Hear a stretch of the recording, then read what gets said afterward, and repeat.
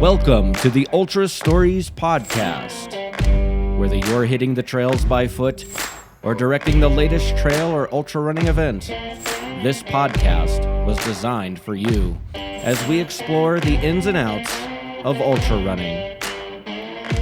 The Ultra Stories Podcast is brought to you by the Human Potential Running Series, Colorado's largest series of ultra marathons. Now, from the beautiful Front Range of Colorado, it's time to move mountains with your host, John LaCroix.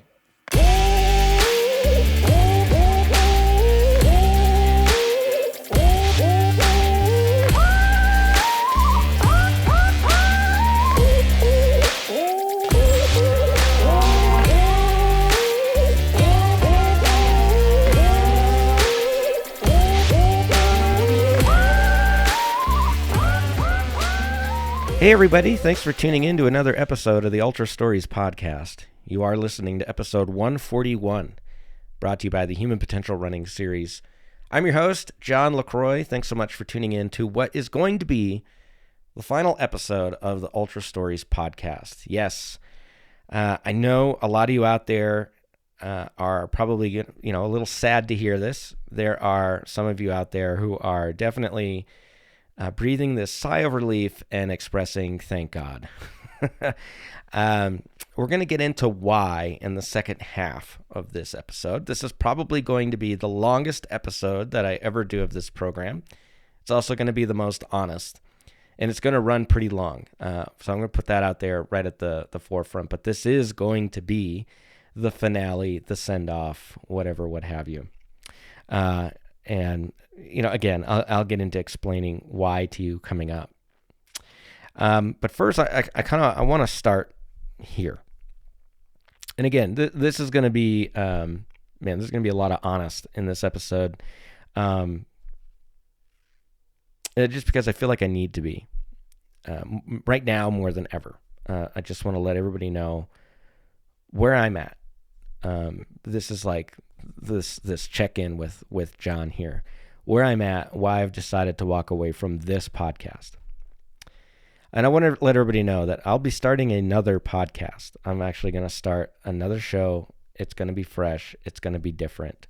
This show has gone in a direction that I don't think I ever intended it to go. And that's okay. I think the direction that we've traveled has been fruitful, but also not so fruitful. So we'll get into that, but let's start here. Around July 20th was the last time I produced and released a show for this podcast. That would be July 20th, 2021. And in that previous episode, I let everybody know that I was walking away from podcasting for the next month and a half because my voice has definitely been loud and proud, expressed ad nauseum, and it's time for all of you to have a voice. It's time for all of you to speak up and to be heard. And I wanted to see what happened next. Like, where did that go? What transpired after that?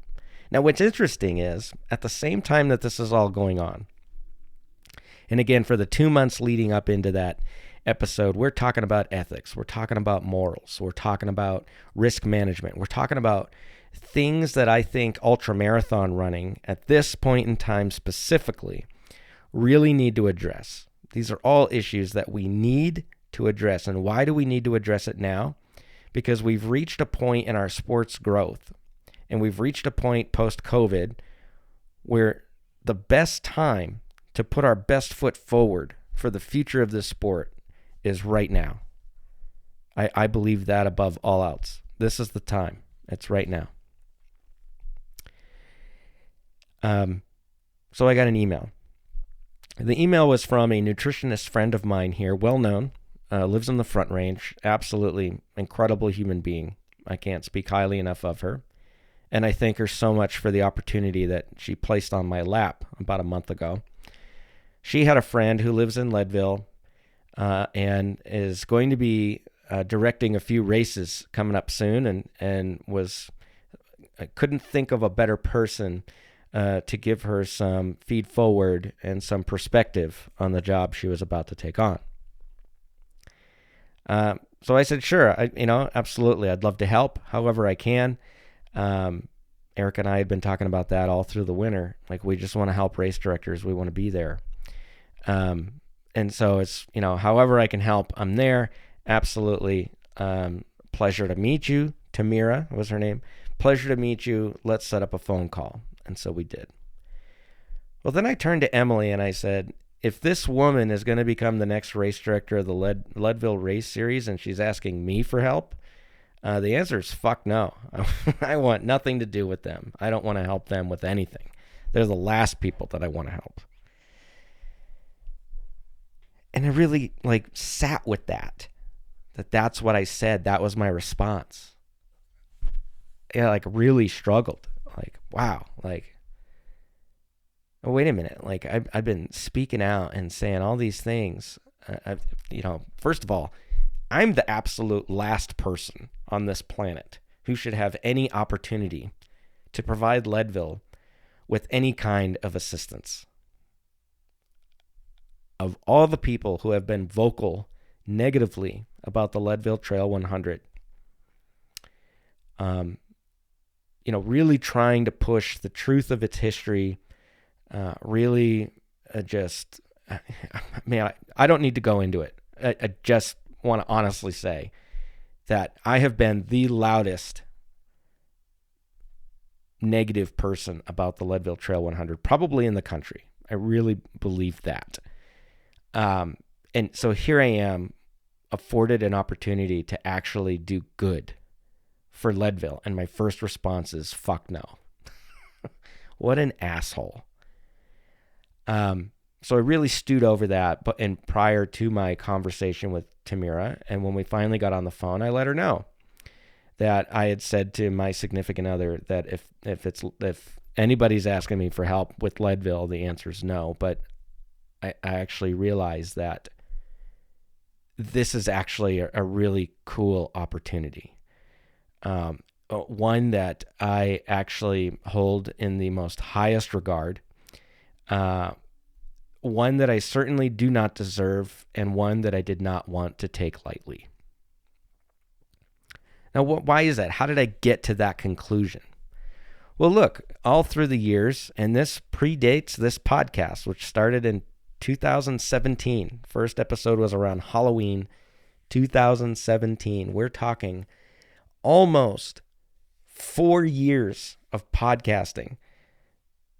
Holy shit. We're coming up on 4 years of podcasting. It's a long time. 141 self-produced episodes of this program.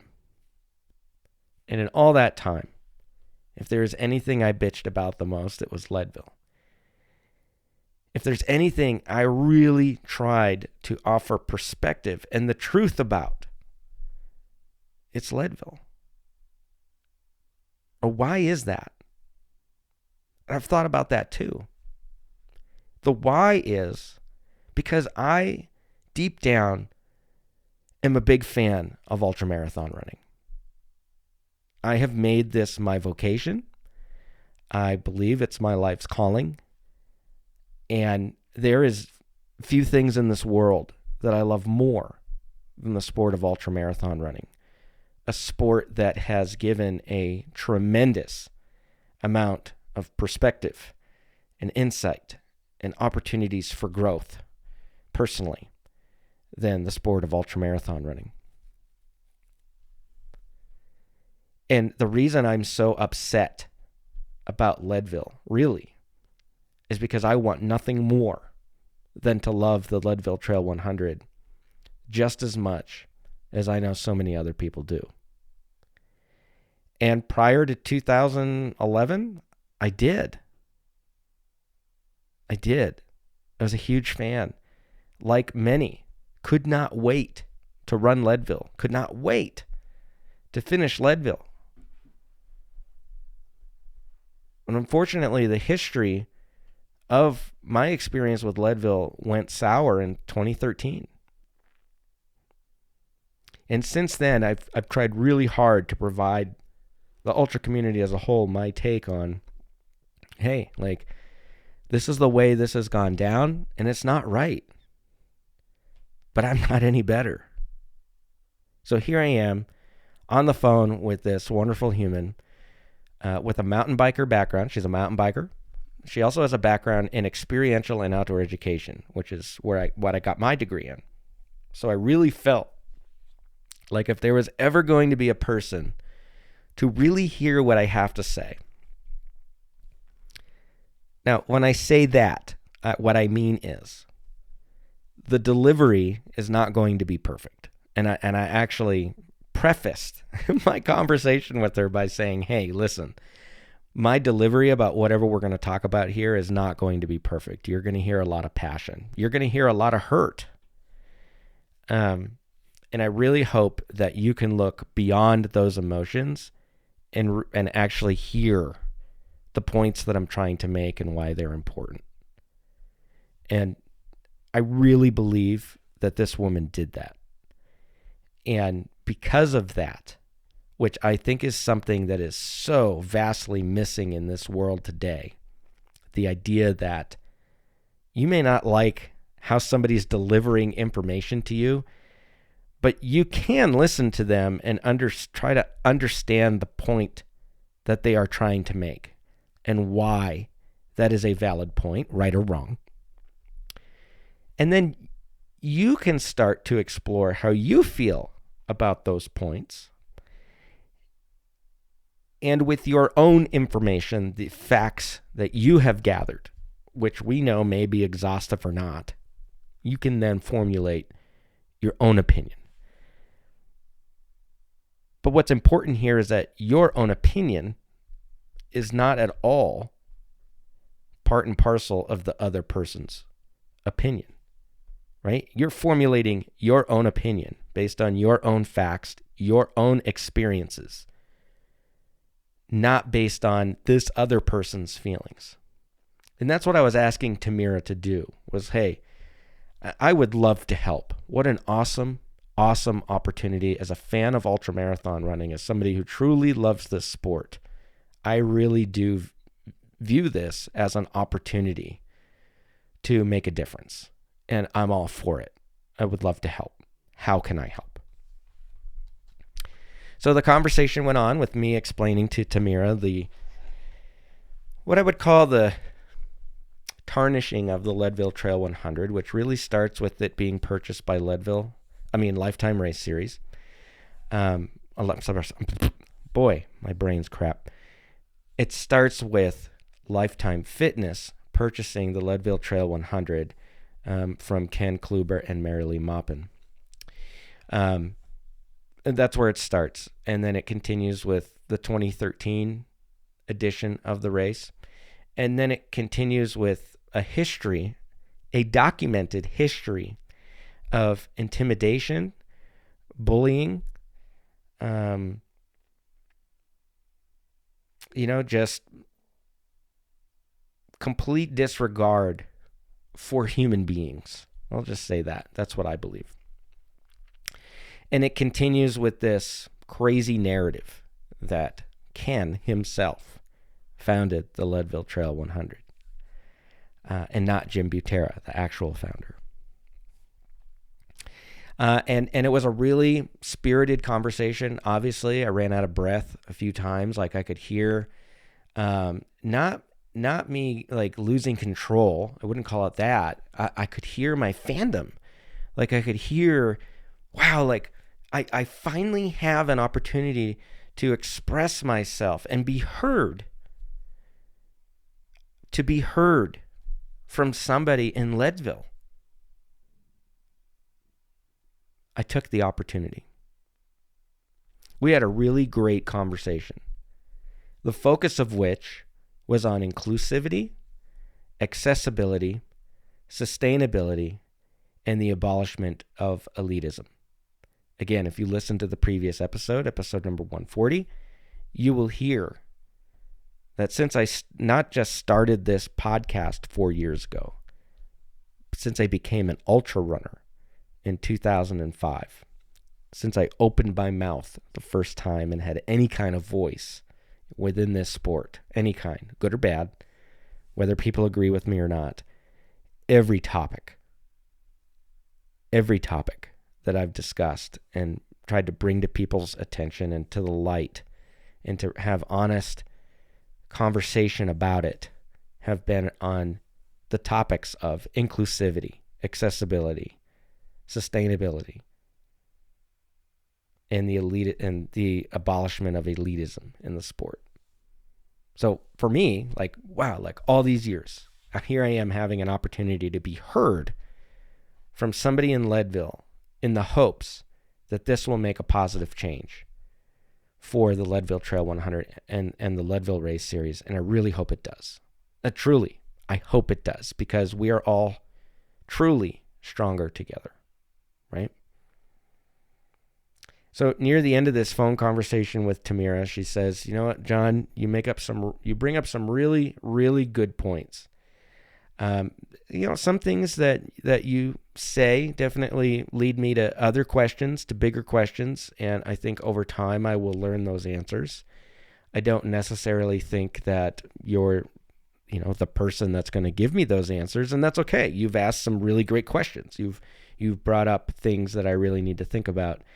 And at this moment in time, she is thinking about becoming the new race director of the Leadville Race Series. She hadn't accepted any official role yet or not, but ultimately she said, look, we as race directors, we should collaborate more. We need to figure out how to all work together more, because my job as a race director isn't just to build up and bring up and be a positive influence on this Leadville Race Series community, but as in the ultra community as a whole. And I think that the only way we're going to be able to do that is by mending bridges, righting some wrongs, and learning how to collaborate together. And so since you have the largest ultra series in the state, and you are clearly very successful, and you've done really well in providing a product that is for everyone, I can't think of a better person to collaborate with. And so I'd love to collaborate with you.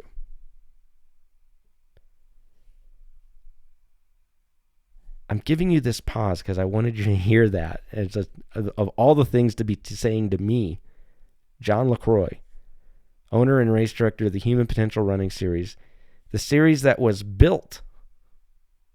initially built as a fuck you to the Leadville Race Series. And now on the table is this prospect of collaboration, working together, being heard. Now look, out of the gate, Tamira and I, we know as adults, as humans, that we're not always going to see eye to eye, that our ideas are not always going to align perfectly. Some of our ideas are not going to even align at all. Also understanding that Tamira is an employee of Lifetime Fitness. She's an employee of Lifetime who owns the Leadville Race Series, and they ultimately have the say over what happens and what does not happen. And so any number of us can provide them with any amount of feedback, feed forward, and it's not going to matter unless Lifetime decides, you know what, that is a good idea, and we should do that. And that makes sense, right? This isn't a world, I know this is going to shock some people, but this isn't a world where you get to walk up to somebody and say, you need to be exactly who I want you to be. You need to behave exactly how I want you to behave. And you need to talk exactly how I want you to talk, or else. That's not how this works. So Tamira said, John, what I'd really love after having talked to you is for you to write a 10-point bulleted list of the things that you would fix, or the things that you would do at the Leadville Trail 100 to make it better, or the Leadville Race Series, and why. A 10-point bulleted list of what you would change and why. And if you wouldn't mind sending that to me, I would love it very much. Absolutely. Absolutely. I can have that to you. I can have it to you within a week. And I did. I sat down and I really thought about this for a week before I finally wrote this document that I'm going to read to you. And this is exactly what I sent to Tamira. And again, these are my thoughts and feelings as a fan of ultramarathon running, as a fan, believe it or not, a fan of the Leadville Trail 100. I'm a bigger fan of the Silver Rush 50, by the way. Really love that race. And somebody who just wants to make a positive impact on the sport and see Leadville head in a better direction, what I think is a better direction, in the right direction, not just for them as a business, but for individuals in our sport in general. So there's a lot of perspective in here. There's a lot of points of view that you may or may not agree with. That's fine. But ultimately, all of this was provided to Tamira with the idea of helping. Like, really, I think this is like one of those moments. John, if somebody offered to sell you the Leadville Trail 100 and you bought it, what would you do first? Oh, this is it. This is it. Except I don't own it, and I didn't buy it. And it's not my choice. It's just an opportunity for me to be heard and tell somebody, hey, I understand that the way that you guys do things there, the way that you view business and the way that you view this sport is very different than me. But these are some bits of feed forward that I really feel would benefit this race and make it so much better and so much more inclusive and accessible to many people and be so much more sustainable. It would be a positive slam dunk for the sport of ultra running. And so here we go. This is what I provided Tamira, uncensored. And so I'll tell you, some of the things you're going to hear in here are just a repeat regurgitation of things you've been hearing forever, but still needed to be said to Tamira, who ultimately took the job. And she is the new race director of the Leadville Race Series, as to my understanding anyway. And also, I shared this with Marge Hickman and Steve Seguin, two individuals who wrote the book on the history of the Leadville Trail 100, to get their feedback. And I'll say to you right off the bat that a really great conversation with both Marge and Steve, who they can't say that they agree with everything that I had to say in this. And that's okay. And we all, there's some things I don't quite understand, but in general, you've hit a home run here, John. This is exactly what Leadville needs. And that's what they expressed. And I also shared this with a couple other folks who I know to be the biggest Leadville fans that I personally talk to. They actually run in my races. They love my races, and they also happen to love Leadville. And as far as I know, they are the individuals who I know love Leadville the most. And I shared it with them, and they didn't agree with everything I have to say, but they said, but most of this for sure hits the nail on the head. Tamira was incredibly gracious, full of gratitude. Also, can't say that she agrees with everything that I said. She made no comment about its delivery, and I prefaced to her hey, if I'm going to give you this, it's just going to be no sugarcoating, no bow on top. I'm just going to tell you exactly what I think, how I think. Hopefully you can hear my passion. You can also hear my hurt. But please hear the message. And so here we go. Number 1, fix the lottery. Conduct a fully transparent lottery based on integrity.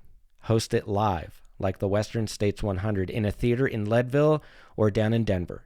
Sell tickets to the live event that benefits the Leadville Legacy Fund. Offer an automatic entry to the current year's race to 3 people randomly selected who are in attendance. This also provides activation space for your sponsors and vendors for them to engage one-on-one with race participants, or I guess you could say potential participants. Technology has also advanced enough that you can easily stream the lottery live on the internet. And if hosting it live is not an option, hosting it virtually should be a no-brainer.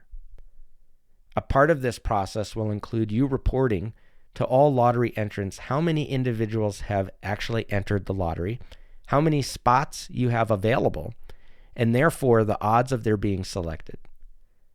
Also consider reporting the exact number of sponsor spots, comp entries, and other gift entries that comprise your field. So again, there's a what component to this. That was number one. And then there's the why, number one. So here's the why about the lottery. Just about everyone knows that the Leadville 100 lottery is a sham. Complete and total bullshit that Lifetime lies to you about. They used to charge $10 to enter the race lottery, but in Colorado, this practice is illegal because your lottery would now fall under jurisdiction of the Colorado Gaming Commission. People, at the very least, deserve to know the details of what they are entering. They deserve to know exactly how many spots there are and what their odds are of being selected. People deserve to know how many automatic entries, lottery bypass entries there are. But they don't necessarily need to know why those lottery bypasses have been giving out. The lottery for Leadville has always been a secret, and more runners have lost trust in Leadville because of the secrecy of the lottery. I know many. The Leadville 100 lottery is the only lottery in the country that lacks transparency.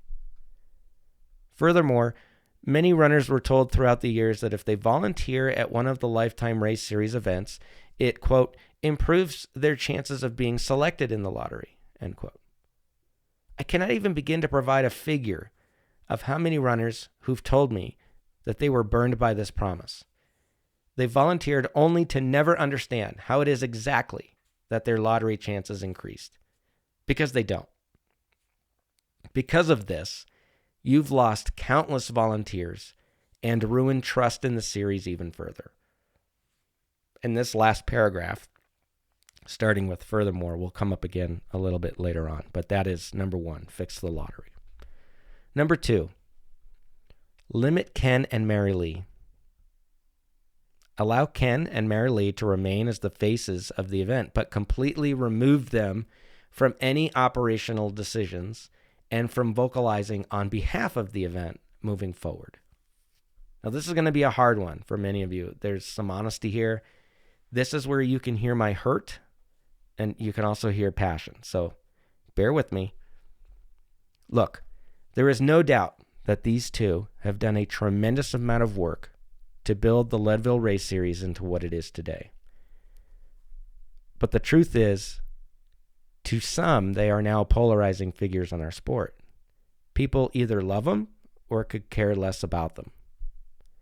Mary Lee is definitely more loved and admired than Ken, mostly because she doesn't say much. However, people have caught on that not only did she cash out with Ken when they sold to Lifetime, but Lifetime pumped thousands of dollars into the legacy fund and then also gave Mary Lee her job overseeing it for a pretty decent salary. So some people see this as a conflict of interest and kind of shady. And that's not my opinion necessarily. That's just what I know some people think. Now, Ken has been Ken to everyone outside of the Leadville series. He told Hard Rock to pound sand after they removed the Leadville 100 as a qualifier in 2013 due to a negligent race production that wasn't sustainable. He told the Grand Slam of ultra running to pound sand in 2017. He has also told many people, including myself, quote, I don't care about Western States or Vermont or Wasatch or any other race outside of Leadville, end quote. Which is all fine and well, but he's clearly displayed a general disrespect to every single human that has made ultra running what it is that doesn't include himself. This sport is far bigger than Ken Kluber, and he wouldn't be who he is without those on the outside who have also carried the torch. People like Doc Horton, Tim Tweetmeyer, Dean Kernazes, Craig Thornley, Rob Goyen. I bet you don't even know who half these people are. Ken has done much for Leadville, but very little for the sport at large. Also, the true history of the Leadville 100 mile starts with Jim Butera, not Ken Kluber.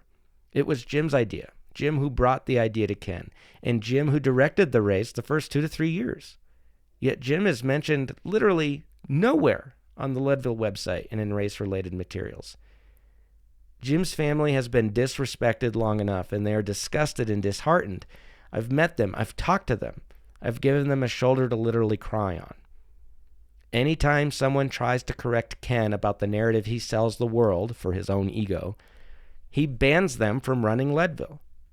Hell, the woman with the most DNFs and the most finishes for a female in the event's history was denied entry in 2019 and told not to even volunteer for the bike race ever again, which she did the entire time of the race's history, simply for telling the truth about Jim Butera in her co-authored book about the history of the event. I know for a fact that Ken has also sent goons to people's houses, threatened physical violence, and threatened to have them fired from their jobs, and ultimately driving anyone who doesn't believe or push Ken's narrative out of town. I could go on and on about these two, but the bottom line is Ken and Mary Lee are completely out of touch with today's ultra runner, and ultra running as a sport in whole.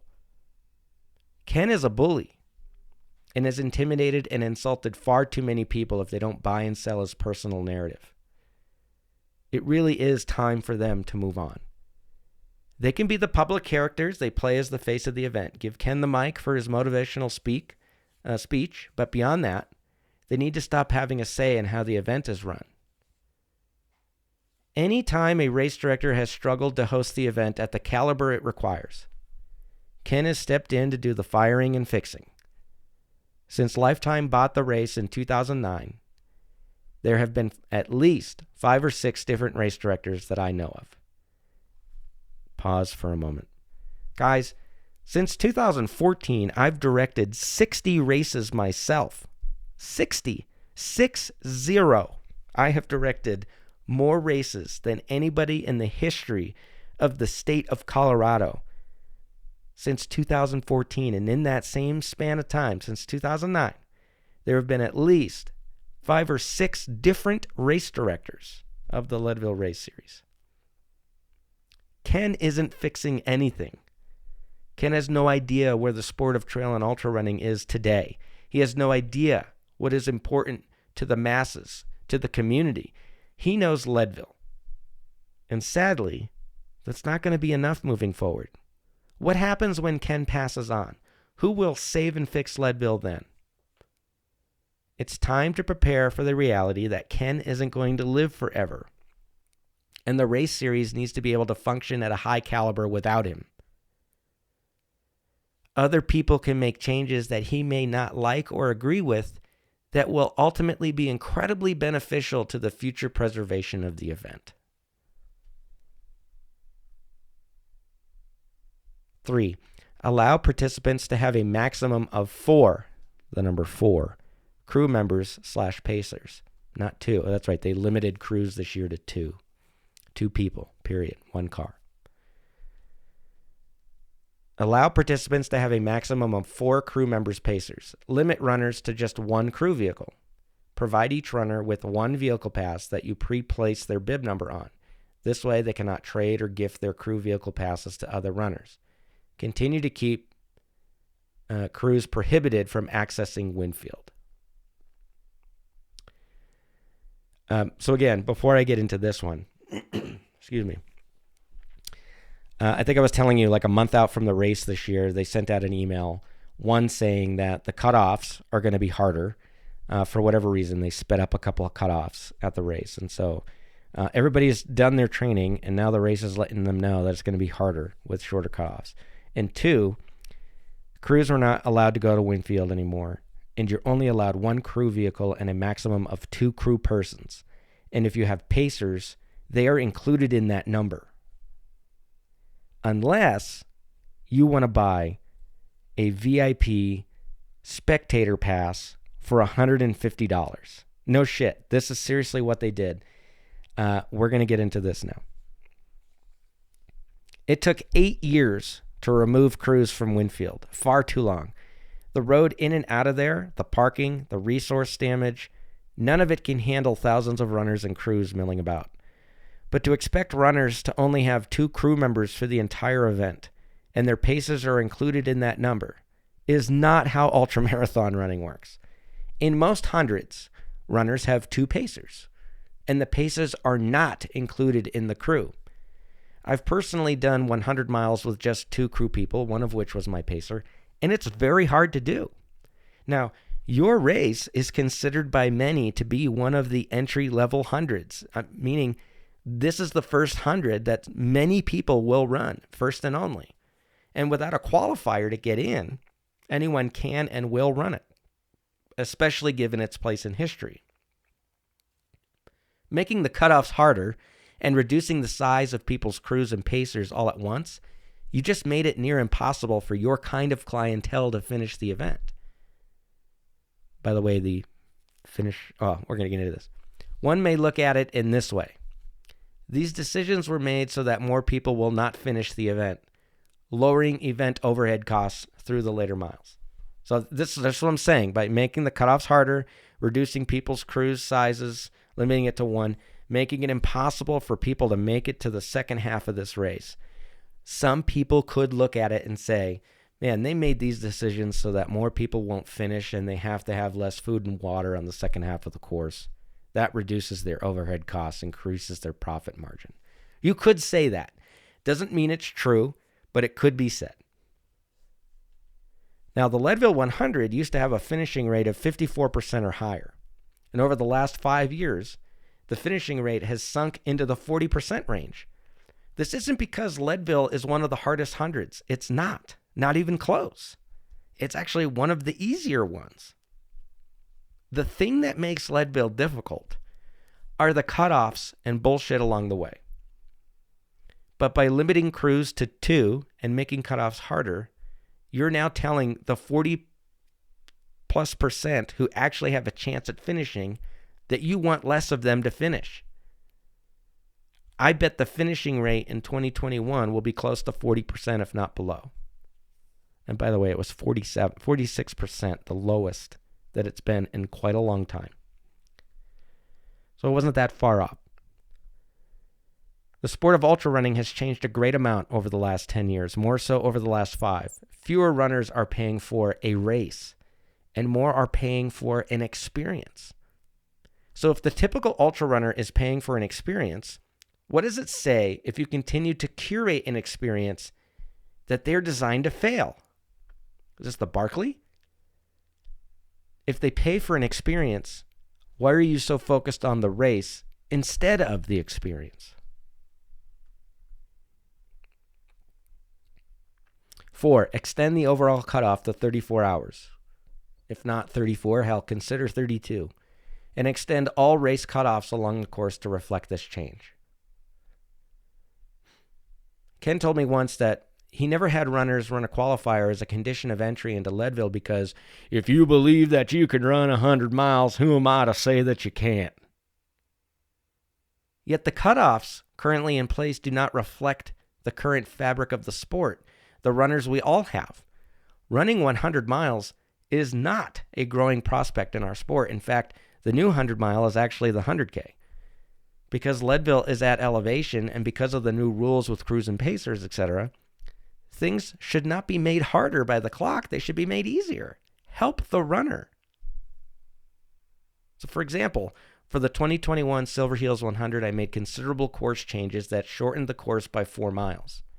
I got rid of time at elevation. I got rid of time on roads and added time on trails. I didn't shorten my cutoffs. I made them longer. Our 100 mile will have a 38-hour cutoff next year. I'm certain this will increase our numbers and better the experience for all. It is time to increase the cutoff to at least 32 hours at Leadville, and I suggest 34. Every other 100-miler at elevation, all of them, are at least 34-hour cutoff. Leadville has 30. You'll increase the cutoff times along the way, giving countless runners hope that they have a chance to finish the thing. You will in turn increase the finisher rate, providing more runners the experience they expect and desperately want in earning their Leadville buckle. This isn't about making it easier. It's about improving the experience. Most hundreds give a buckle to sub 24-hour finishers, but Leadville gives one for sub 25. Why give leeway to the fast kids, but not the back of the pack? So they're giving an hour more to people to earn their big buckle, but not an hour more to the people in the back. Revisit your entry fees. This is going to be a hard one. This is a business conversation I'm having with them. I am a people over profit race director, but if the bottom line and if revenue is really that important in Leadville, which I imagine that it is when you're owned by a corporation, that's where I'm coming from with this one. This isn't to screw everybody in the sport. It's just a really honest and truthful look into entry fees. So the current average cost of entry for the current cost of entry for a 100 miler in Colorado: Tier 1, $327. Tier 2, $351. Tier 3, $358.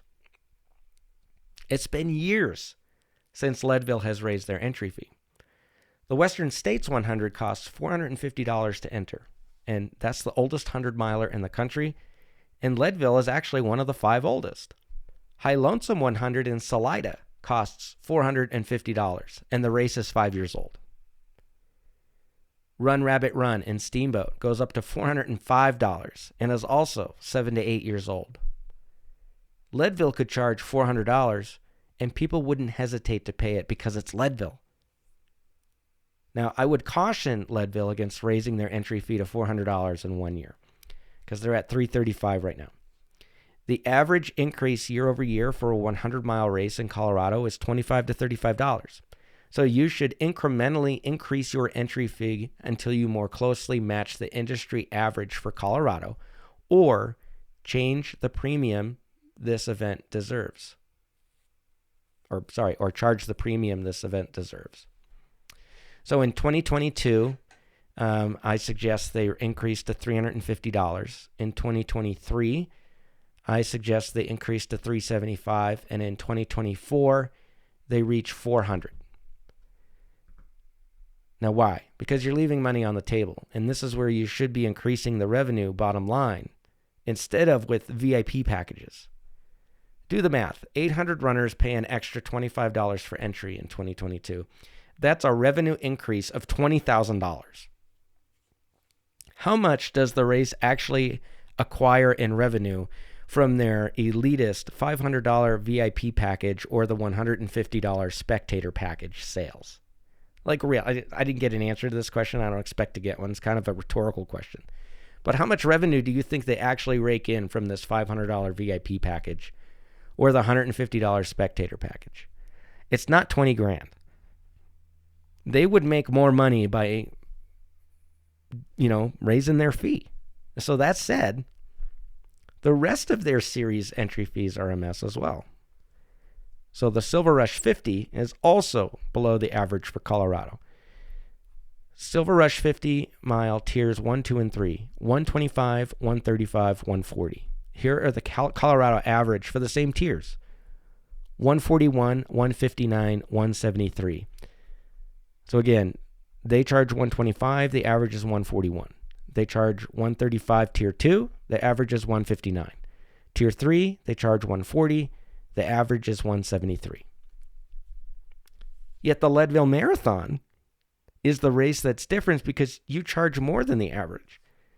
So Colorado average for Tier 1 in a trail marathon is $92. They charge $115. Tier 2 average is $102. They charge $125. Tier 3 average is $112. They charge $135. Then it gets confusing with the Leadville Half and the Silver Rush 15 mile, because the Silver Rush 15 mile is way cheaper than the Leadville Half Marathon. And so Silver Rush 50, they have a 15 mile with it where they charge $50 tier 1.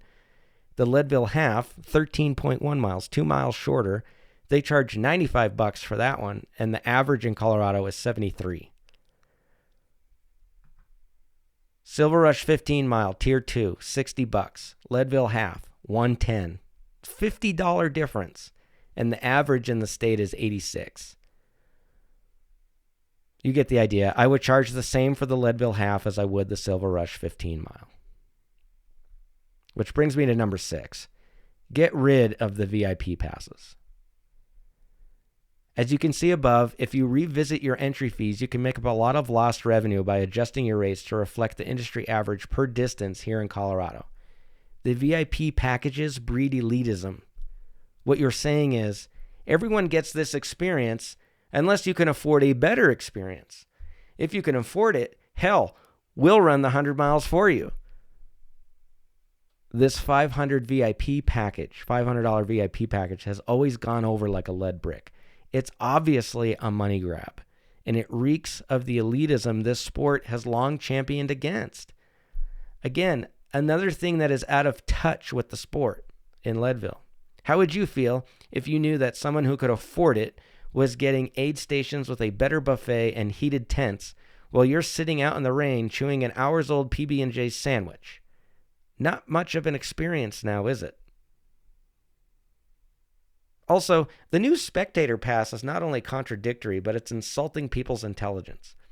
The race sends out an email saying that you, quote, need to start limiting your effect on the resource, think about the environment, and consider the infrastructure of the small towns that you're in. Unless, of course, you have $150 to buy the spectator pass, then you can have as many spectators as you want.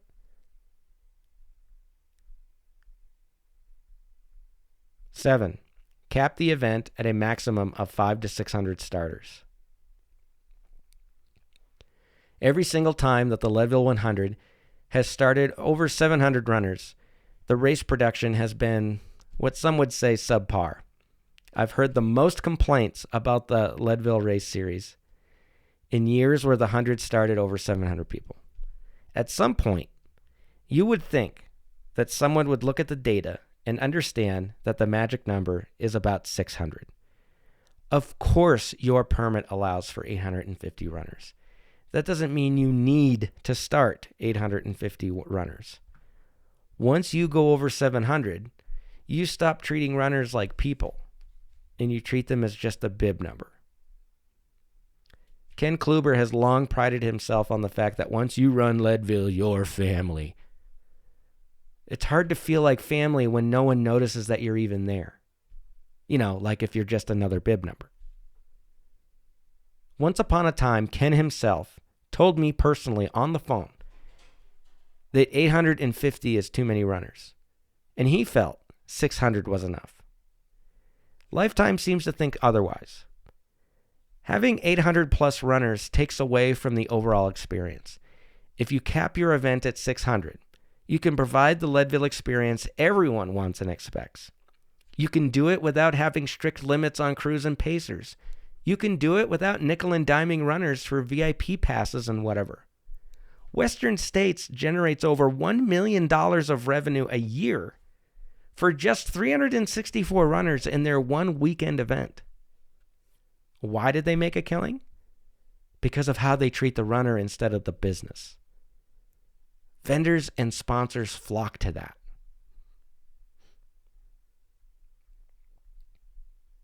8, require runners to complete 8 hours of volunteer work at another ultra or by doing trail work with a reputable organization, not on their own, as a condition of entry into your event. If you require runners to volunteer 8 hours via trail work or at another ultra, you help the community as a whole. If they choose to do the work at another ultra, they may work one of your other events to satisfy the requirement. Suddenly, you're not begging for volunteers anymore. They may also volunteer at another ultra near them, which helps the community as a whole. As a race director, I love signing volunteer requirement forms for those who help us out. I love that other races have thought to help us out by having the same requirement. We even have the requirement for our 2 100s. And it's because it's become pretty standard in our sport for 100 milers to require this kind of work.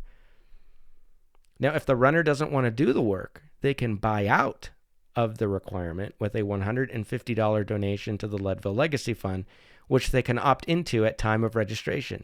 And now you're also giving back to town. If you yourself are doing trail work, and you should, you now have volunteers to help with the work to satisfy their requirement. You're giving back to the environment. This is a win-win.